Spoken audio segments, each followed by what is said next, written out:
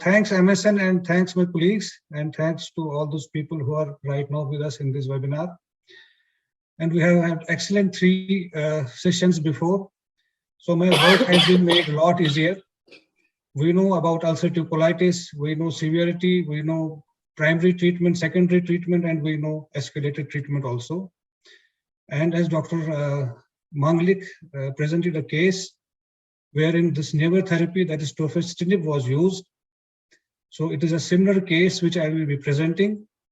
And as Dr. Chaudhary rightly said, there is still a lot of gap in the management of protocol of this ulcerative colitis, wherein we cannot fit some patients. Some patients don't afford biologicals. They are very costly. And many times, I think 80 to 90% of patients, whenever we have talked to them about the biologicals, they refuse. And the primary reason being monetary issues. So if we have a molecule and if we have a drug which we can fit in somewhere in these moderate to moderately severe group of patients, I think that is a welcome change and a welcome step. So in the same process, this is the patient I would like to discuss. So 30 years old male with the IBD, or that is ulcerative colitis, pancolitis, without any extra intestinal manifestations. And this ulcerative colitis is known to have remissions, exacerbations. So this patient was in remission for 4 years. And for 1 year now, he has multiple relapses. And he has sought a lot of consultations, as these patients do. They go from a doctor to doctor. And sometimes they have relief and sometimes they don't have. And treating physician has started steroids, but patient is not responding.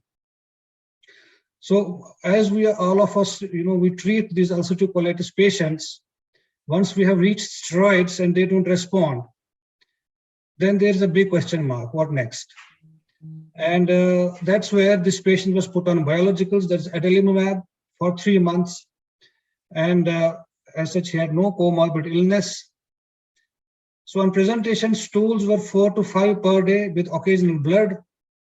There was no pain, no fever. He had mild pallor, rest of the systemic examination was normal. Weight was 54 kg, vitals were stable.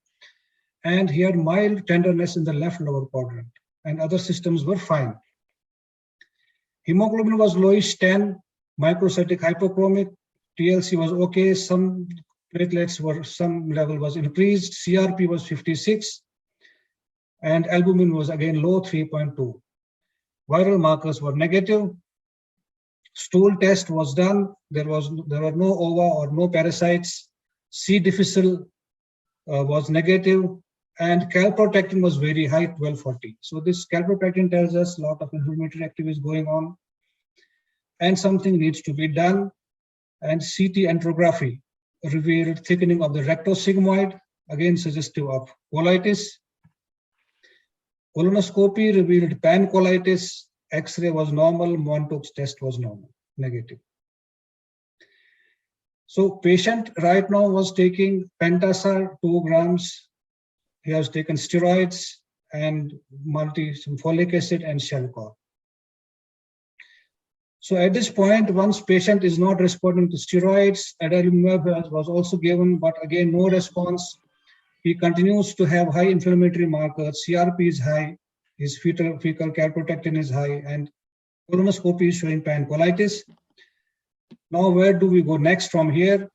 So I think this is the point where we are trying to bridge the gap in the treatment. The case was discussed and it was started on tofacitinib 10 milligram 2 times a day. And stool frequency was 3 to 4 in next 2 weeks. And after 3 weeks, there was no blood in stools. After 4 weeks, stool frequency came to 2 to 3 times a day. And as such, there was no any adverse event. And at 8 weeks, the stool frequency is near normal, that is 2 times a day. At 8 weeks, stools 2 times a day, there is no blood. Hemoglobin is 13, counts are normal. CRP has come down to 6. Calprotectin has come in range and albumin has also improved. So maintenance, now patient is on tofacitinib 5 milligram 2 times a day. And he has been advised to follow after 2 months. As Dr. Chaudhary said, we have to look for his any counts, CRP, maybe some kidney functions, liver functions. We may do one follow-up and see how patient is progressing. So that was a short case, and again, highlighting the use of and of course need of this small molecule that we call it tofacitinib, which is a non-biological and a new drug in the armamentarium for treatment of moderate to moderately severe ulcerative colitis. And I think we can go to discussion and go on to the question answer session.